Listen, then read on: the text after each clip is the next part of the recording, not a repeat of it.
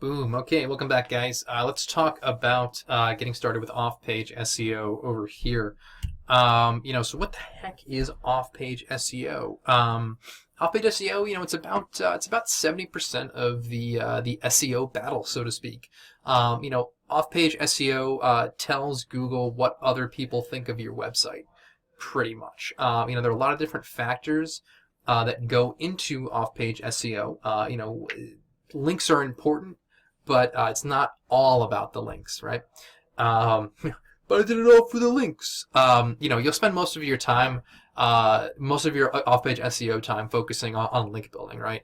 It is the basis for pretty much all SEO.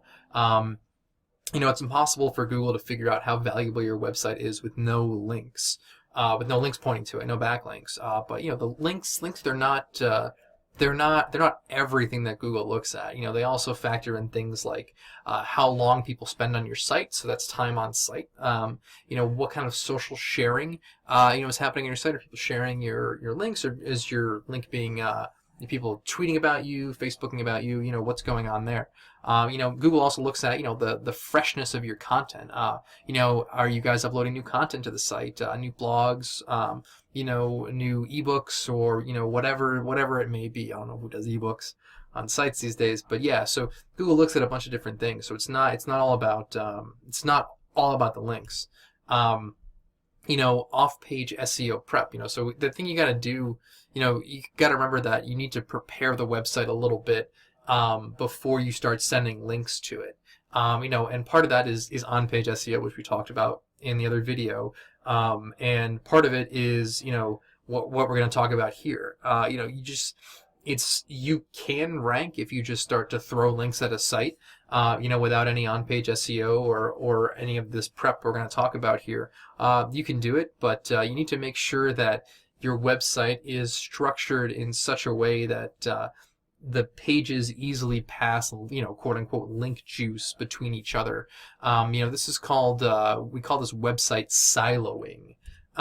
Just to kind of give you an example here, here's sort of a silo structure, right? You've got your home page there at the top, and then you have, 5 sort of static silo pages. That's if this is a plumber or something, you've got your plumbing homepage, and then you've got, maybe like 5 major services you do, the plumber does, and then within those 5 major service areas, you have categories of that. So, one might be, drain, like clog removal or something, and then, maybe there's different kinds, like natural clog removal, chemical clog removal, clog replacement, or I don't know what plumbers do, but something like that. So you kind of have those categories that are a little static. So that's kind of cool. And then you can even just go further and further. So this kind of logical structure allows a link that's built at the top homepage, that authority to filter down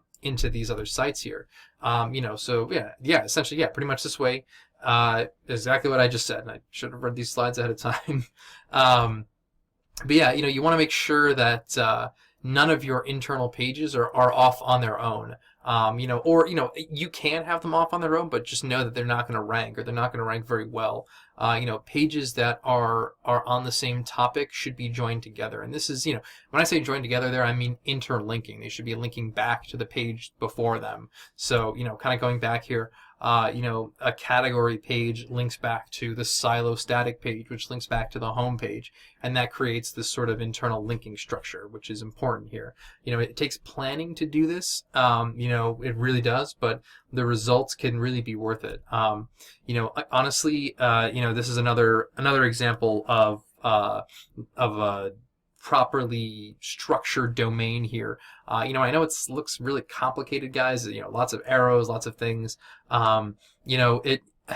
This is another. I would, definitely, if you can silo things, with a smaller website, for if you're going to be working with a lot of local clients, this is really easy to do, because typically the sites are very small. You're only looking at anywhere from a 3 to maybe a 10-page website, just to start. But there's a lot of different things that you can do to make that silo structure happen, and have it happen quickly here. This is something that's again, an example that you can get a lot of this wrong. You can kind of screw it up or not do it at all if you want, and you can still get some pretty good results. But to get the best results, you're going to want to start to follow the idea of siloing.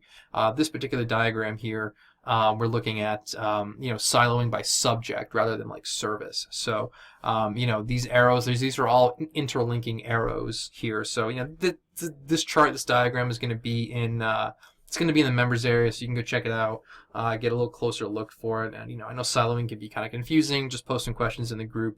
We'll chime in and we'll help you get those sorted out. But yeah, guys, just a really quick intro to getting started with off page. We'll talk about linking next and all that fun stuff. All right, we'll see you in the next one.